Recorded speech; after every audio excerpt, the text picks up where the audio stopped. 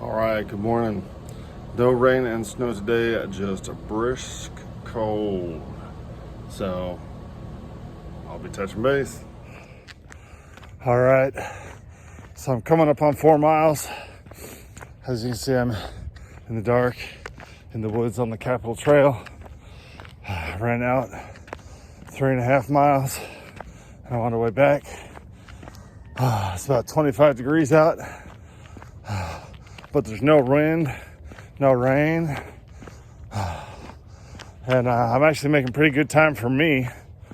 Might end up with a personal best, but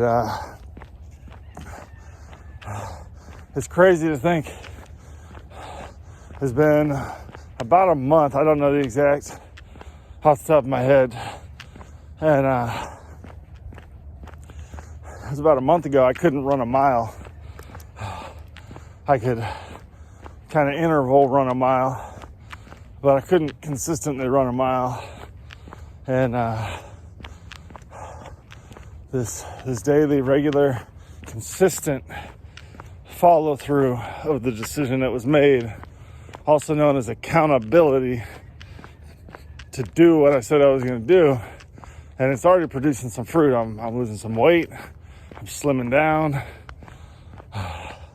My cardio health has improved.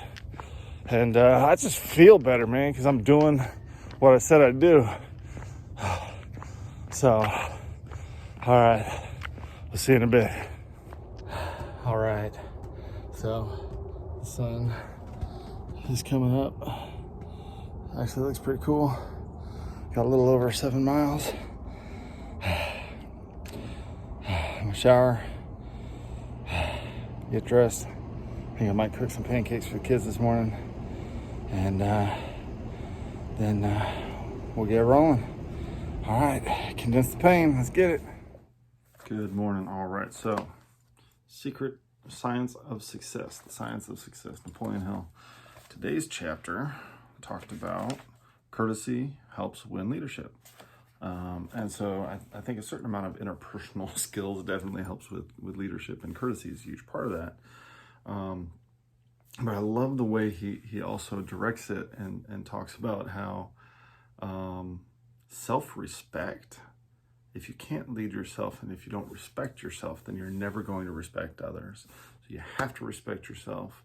And then the fruits of that are your ability to respect others and ultimately to lead and help move others forward. So it's really cool the way that he laid that out. So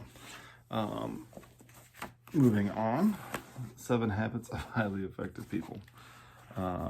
This is the last chapter called Inside Out Again. If you remember at the beginning of the book, first chapter talked about starting from the inside and changing internally so that you have outward growth instead of trying to change ultimately the outside world or change behavior and attitude without changing the core essence of where those come from.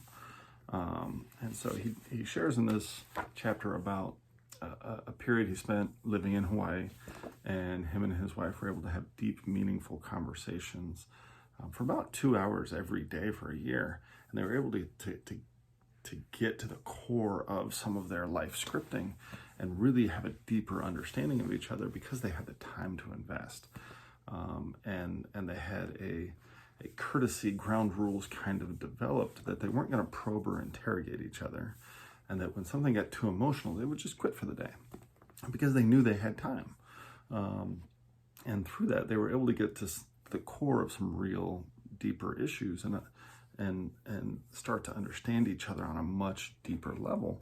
So the emotional bond was phenomenal that it created, and they carried that further into their marriage, continuing that daily time in community together and learning and bonding together.